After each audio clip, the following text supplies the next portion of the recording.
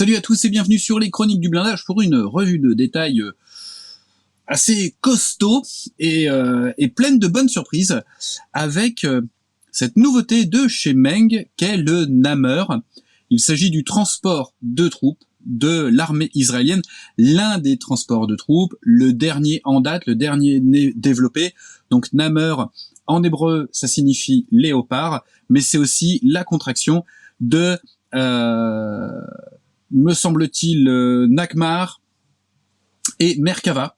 Nakmar qui, toujours pareil, me semble-t-il, en hébreu signifie récupérer. En gros, c'est la contraction donc d'un APC. Ça signifie un APC sur Merkava, un transport de troupes. Alors, du coup, vous avez compris que le Nammer est au Merkava 3, ce que l'Axarit est au T54, T55, et ce que le Nakmashon est au, que je vous dise pas d'annerie, au Centurion, bien entendu. Donc c'est un transport de troupes basé sur un châssis de Merkava 3. Meng nous montre une nouvelle fois, bien qu'ils sont plutôt intéressés par les sujets de Tsahal, qu'ils maîtrisent particulièrement bien, notamment grâce à une collaboration avec Desert Eagle, avec Michael Mass, qui a ses entrées chez Tsahal, si vous le suivez sur Facebook. Il est souvent en reportage lors de manœuvres de Tsahal et donc il poste de magnifiques photos de matériel israélien, notamment bien entendu des Merkava, choses comme ça, et Desert Eagle, c'est sa boîte d'édition et il réalise notamment des bouquins sur ce sujet. Donc à l'origine, quand Sylvain de Domino m'a dit bah écoute, j'ai reçu ça, est-ce que ça t'intéresse? Oui, alors parce qu'on fonctionne comme ça avec Domino, Sylvain nous dit ce qu'il a reçu, nous propose des choses à présenter qu'il souhaiterait qu'on présente sur les Chroniques du Blindage, et puis ensuite on choisit. On a ce luxe-là de pouvoir choisir, et puis on se répartit entre les différents intervenants, Andy, Alex, Max également. Et on se répartit les nouveautés en suivant les centres d'intérêt. Donc on a ce luxe de pouvoir choisir. C'est-à-dire qu'on ne va pas... on n'accepte pas tous les kits parce que le risque des fois c'est d'avoir un kit qui est vraiment pas terrible ou il n'y a pas grand chose à dire ou des choses comme ça, si on n'est pas inspiré en fait par un kit ou par un sujet, on fait pas. Voilà, c'est comme ça qu'on fonctionne. Donc là je me suis dit bah pourquoi pas. J'avais été agréablement surpris, même si Meng c'est une très bonne marque, j'avais été très agréablement surpris par leur Warrior, et donc je me suis dit bah allons-y, regardons un petit peu ce que vaut ce Nammer, et je n'ai pas été déçu du tout. On va le voir. C'est une très belle maquette qui propose 3 options de versions différentes. Alors en fait, plus que 3, officiellement 3, mais en fait vous allez voir qu'on peut faire au moins 5 versions sur les APC, sur le matériel israélien. Il y a toujours beaucoup de possibilités, c'est un matériel qui évolue très vite, avec des updates, avec des ajouts, avec une technologie qui vraiment évolue très vite, parce que c'est un pays qui est mine de rien toujours plus ou moins en conflit, et donc le matériel militaire évolue aussi beaucoup plus rapidement pour un pays qui est en conflit, nécessairement, puisqu'il y a les retours du terrain, les retours d'utilisation. Donc là, au moins 3 versions sont possibles avec ce Nammer, 3 versions officiellement données par Meng, c'est-à-dire une version APC de dernière génération, une version de commandement avec la protection, alors c'est celle du box art, avec la protection active dite Trophy, le système actif de protection dite Trophy, avec les superstructures que vous voyez là. Il y a tout un tas de systèmes de capteurs, etc. maintenant sur ces APC. Faut noter qu'ils évoluent, ils sont destinés aussi principalement à évoluer en milieu urbain. Donc il y a tout un tas de choses. Vous aurez également reconnu donc un tourello téléopéré, donc qui permet de repérer les tirs automatiquement sans avoir à sortir sa tête par l'écoutille, et d'avoir une réponse préprogrammée de salves, de choses comme ça. Les tourello téléopérés, on en a sur les VAB, on a vu le système Crow sur les Hummer, et également sur toute la série des MRAP américains. Donc là, chez Tsahal, on a aussi développé un tourello téléopéré armé d'une calibre 50, et puis on peut également faire, alors j'ai un petit peu confondu, hein, donc la version de commandement, et ça c'est la version, alors c'est pas la version de commandement, c'est la version avec le système Trophy. Donc vous allez voir, alors faut bien étudier la notice par rapport à ces trois versions-là, et éventuellement aux deux autres versions que vous seriez susceptible de faire. Donc on va regarder ça, il faut bien identifier, bien choisir sa version en amont, même s'il est possible de faire des petits changements en cours de montage. Donc tout de suite, on va regarder la notice de montage. Alors, au risque de me répéter un petit peu, je trouve que la notice de montage chez Meng, elle est d'un format qui est peut-être un petit peu petit. Vous voyez, bon, j'aurais imaginé ça un petit peu plus grand. Malgré tout, il y a une bonne visibilité dessus, donc on voit bien les différents éléments. Donc ce kit, puisqu'il est basé sur un châssis de Merkava 3, Merkava Mark III, nécessairement Meng a récupéré pas mal d'éléments de ses précédents kits de Merkava 3, notamment tout le système de suspension. La partie inférieure de la caisse est une nouvelle pièce, puisque vous allez voir, elle diffère légèrement. C'est une maquette qui est plutôt très très bien documentée. Au niveau du train de roulement et au niveau des galets, vous avez vu que les galets sont en plusieurs parties pour faciliter la mise en peinture de la bande caoutchoutée et pour avoir cette profondeur, hein, d'avoir vraiment une belle pièce qui est bien réaliste, hein, pardon, excusez-moi, je cherche mes mots. Vous verrez aussi que la poulie de retour est moulée d'une seule pièce. Alors là, ce qui est technologiquement vraiment très bien joué de la part de Meng, donc on regardera ça. Donc ensuite, jusque-là, pas de souci au niveau des versions, hein. On monte le châssis, suspension, galet de route, barbotin et poulie de retour. Les chenilles sont en vinyle, donc on regardera, ça peut surprendre par rapport à la qualité générale du kit d'avoir des chenilles en vinyle, mais vous verrez que elles tiennent quand même pas trop mal la route. Comme on peut ouvrir la trappe arrière, puisque sur les APC israéliens, on entre par l'arrière, et puisque le Nammer est basé sur un Merkava. Sur le Merkava, vous savez que le moteur est à l'avant. La philosophie de Tsal est avant tout de créer un blindé de protection autour d'un équipage. Alors, c'est pas forcément humaniste, hein, c'est surtout que c'est un pays avec une population assez réduite, et que du coup, on protège ses équipages parce qu'on n'en a pas forcément énormément à disposition. Donc c'est la philosophie inverse de ce que pouvait avoir l'Union soviétique pendant la Deuxième Guerre mondiale et même après pendant la guerre froide au niveau du développement de ces véhicules. Donc on entre par l'arrière puisqu'on a le moteur qui protège à l'avant l'équipage, hein, qui sert de protection véritablement sur le Merkava. On entre par l'arrière et comme on peut ouvrir la trappe, eh bien on a le petit couloir d'accès qui est détaillé. On a au moins les deux cloisons. Donc ça c'est plutôt pas mal parce que ça nous permettra d'ouvrir la porte arrière, la porte d'accès à l'arrière si on veut faire une petite mise en scène. À partir de l'étape 10, là il va commencer à falloir choisir la version qu'on veut faire entre A, B et C. C'est-à-dire entre, que je ne me trompe pas, de tête, la version donc APC, late, hein, tardive, donc assez récente, la version ici de commandement, et la version Trophy. Sur la version de commandement, bien entendu, on a ici une petite doghouse. On a une petite casemate en fait qui permet d'observer autour avec des vitres blindées. On continue donc le montage avec là des phases, hein, qui sont similaires pour les trois versions. Donc c'est très joli au niveau du détail. Les épiscopes sont en plastique translucide, hein, bien entendu. On continue toujours. Vous voyez le montage, il y a énormément de petits détails, les mains courantes, etc. C'est une maquette qui est magnifiquement détaillée. Vraiment magnifiquement. Et là, à partir de là, donc faudra faire attention à chaque étape. Là, on a un petit A. Donc là, c'est pour la version... alors la version A, c'est la version avec Trophy, avec le système de protection. Trophy, donc version A. Je me suis trompé tout à l'heure en vous donnant le petit descriptif, hein. Donc la version A, c'est la version avec Trophy. Donc tous les différents éléments, tous les caissons, etc. de cette version qu'il va falloir placer. On continue toujours avec la version Trophy, donc vous avez vu qu'à la limite, si vous ne collez pas ces deux éléments, vous pouvez encore changer d'avis. Si vous n'avez pas non plus collé la plaque sur le dessus de la caisse. Toujours ici, on est encore sur la version Trophy, et à partir de là, on est sur la version soit de commandement, soit APC Late.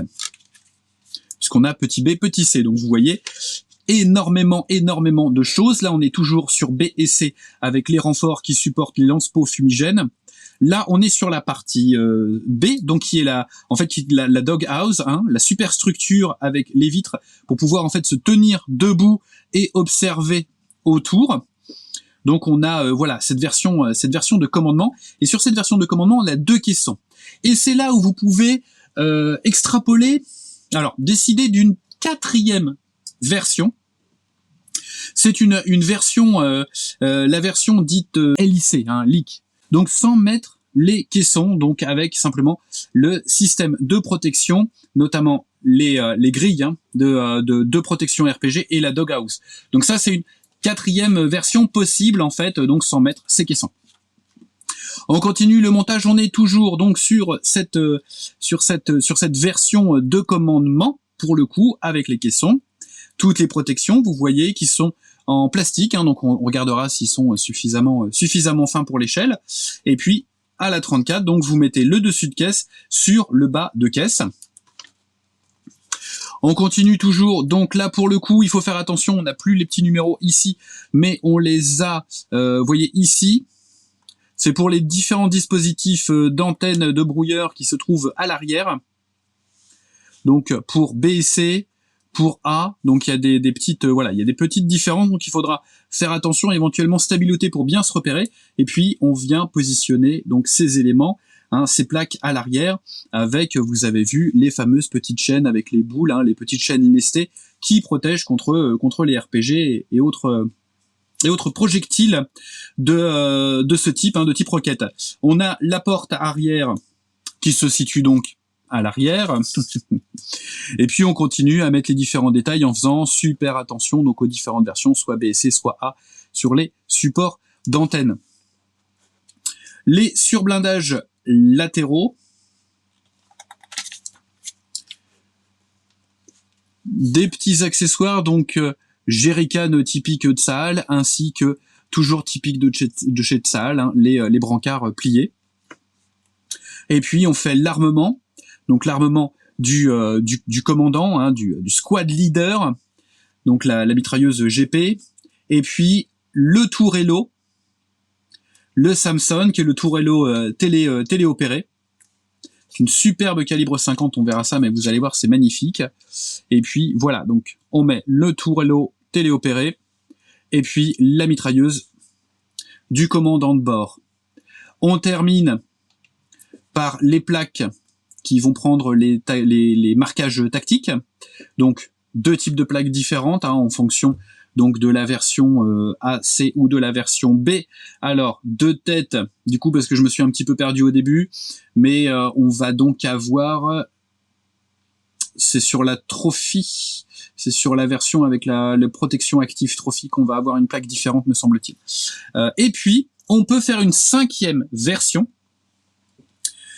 et en ajoutant en fait le dispositif anti-mine, les rouleaux anti-mine à l'avant, qui est vendu séparément, mais comme il faut un support spécifique au Nammer, ce support, l'ensemble de ce support, hein, il est fourni dans la boîte. Donc vous pourrez ainsi greffer les rouleaux de déminage qui sont vendus séparément par meg hein, dans une petite boîte qui coûte une 15aine d'euros. Donc et ça peut rajouter un petit côté bien agressif à votre Nammer. Donc voilà, l'ensemble des grappes, la boîte est plutôt bien remplie, vous verrez. Hein, on avait un petit peu de photo découpe pour les grilles, ainsi que pour les immatriculations.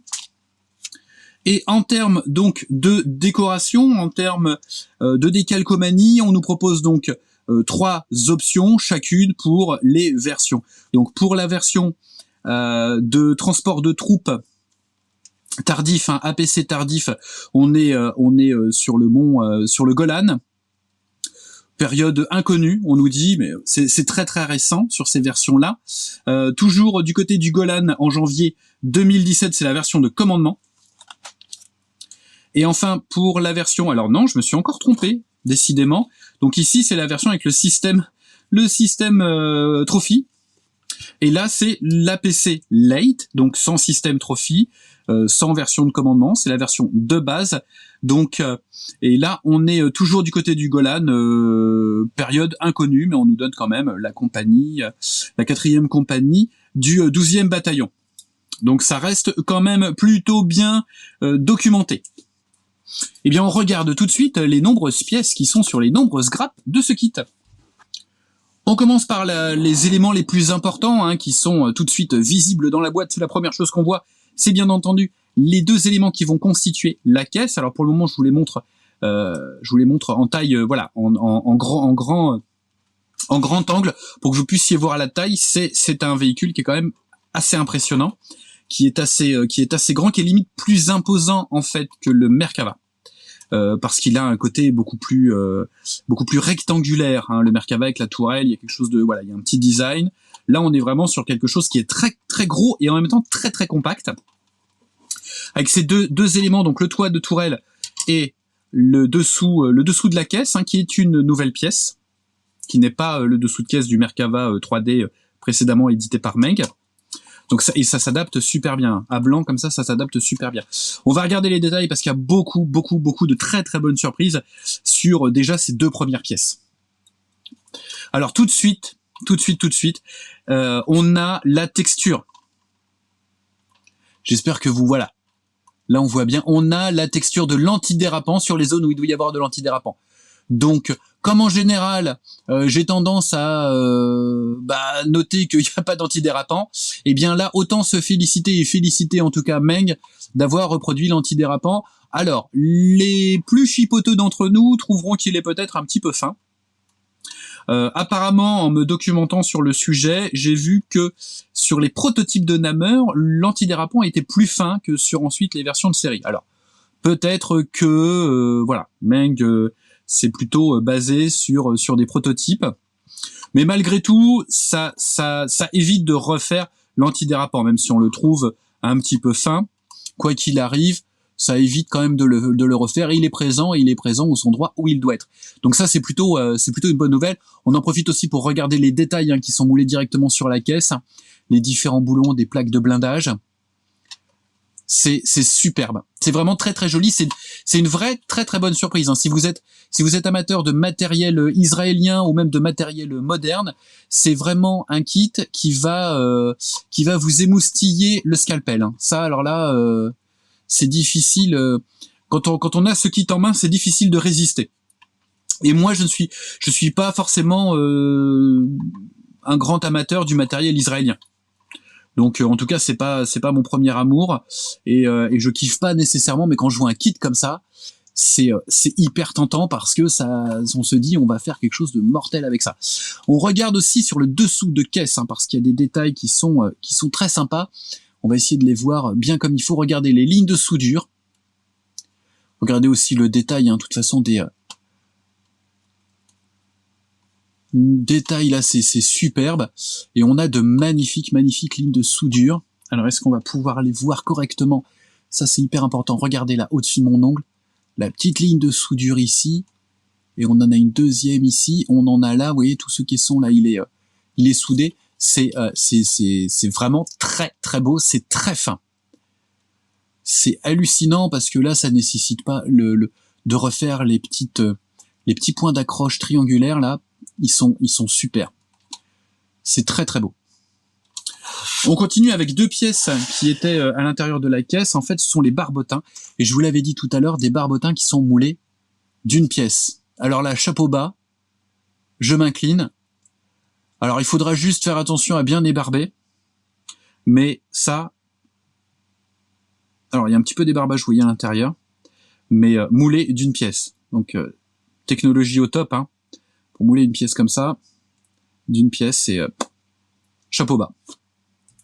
On continue avec 2 grappes qui sont identiques et qui regroupent notamment donc des éléments de la suspension avec les bras de suspension.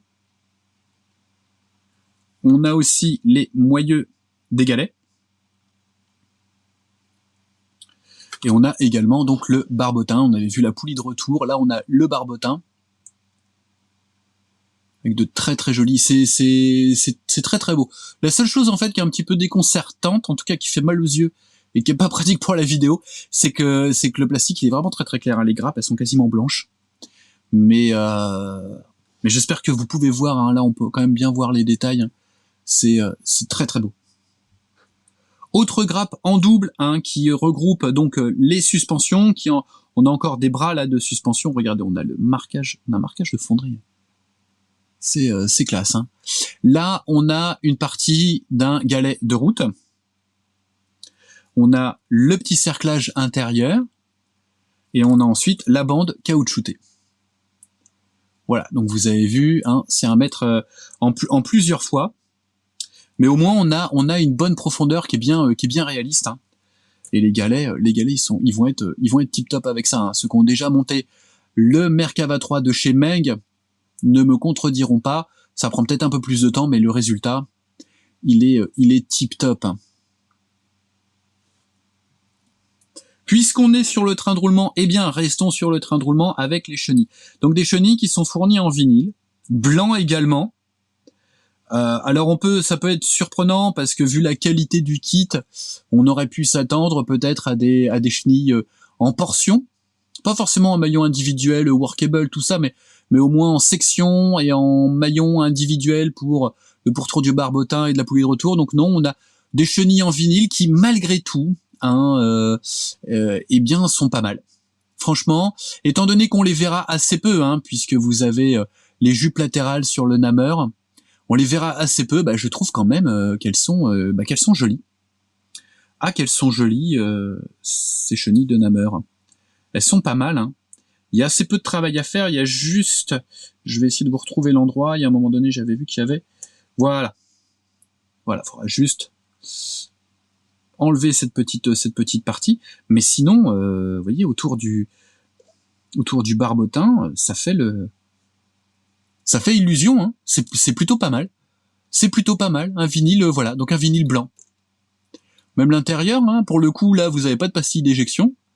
Donc, le remplacement par des chenilles métalliques, là, se justifie pas forcément, et c'est pas du tout obligatoire de rajouter de l'argent dans des chenilles métalliques.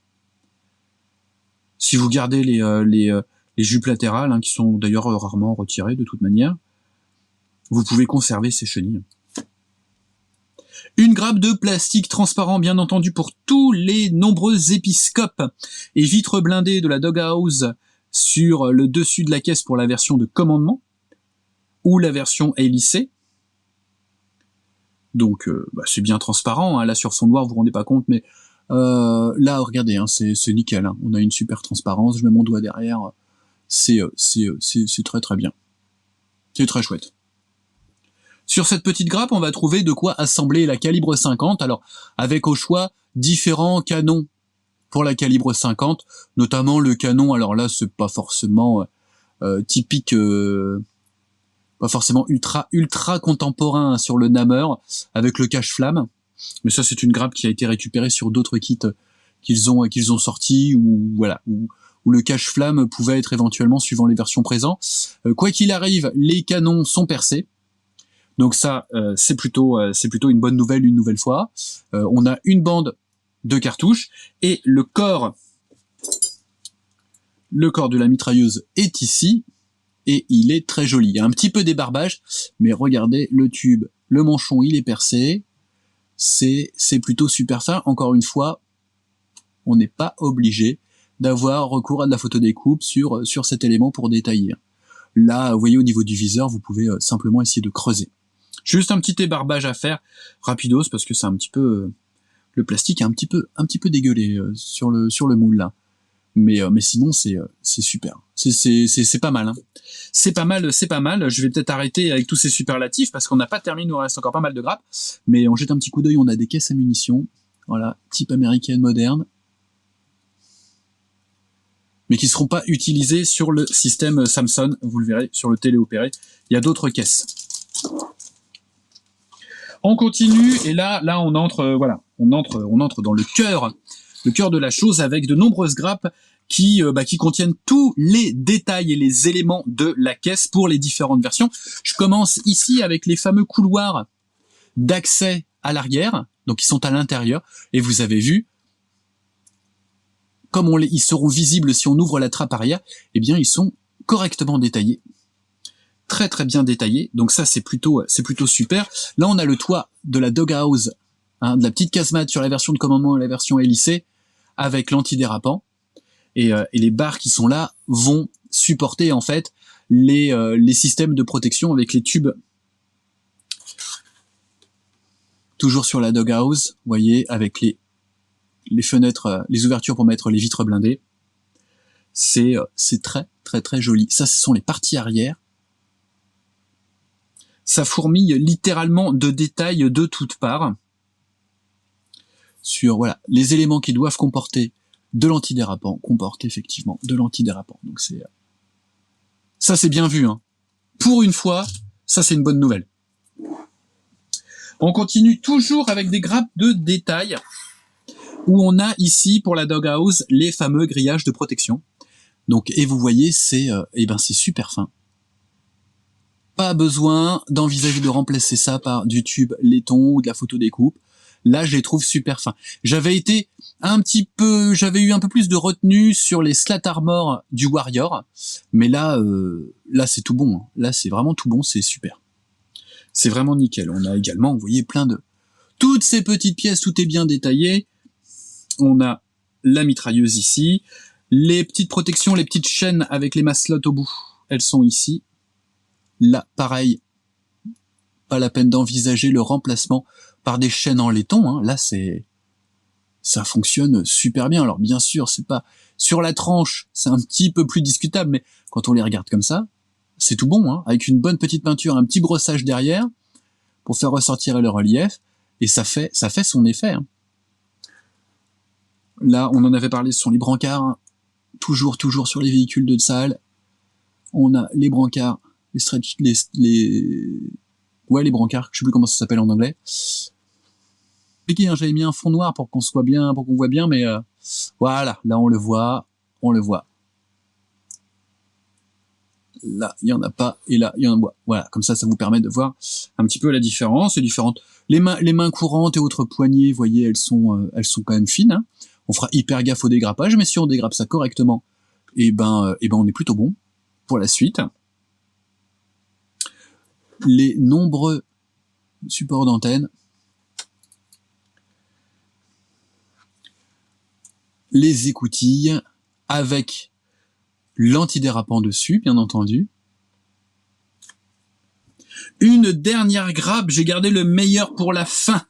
Enfin, selon moi, cette dernière grappe regroupe les éléments qui, notamment les superstructures et les éléments qui contiennent tous les dispositifs du système Trophy. Et ça rajoute quand même une sacrée masse sur les côtés. Toujours l'antidérapant, hein, sur ces éléments, mais ça rajoute quand même, vous voyez, comme les caissons, les dispositifs sont super gros. La porte d'accès, donc l'intérieur de la porte d'accès est détaillé.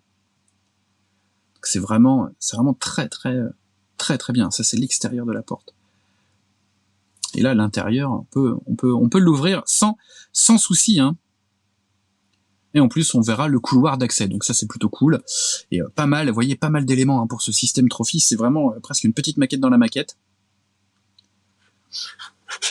Ça, ce sont des plaques latérales qui viennent sur les différentes versions, hein.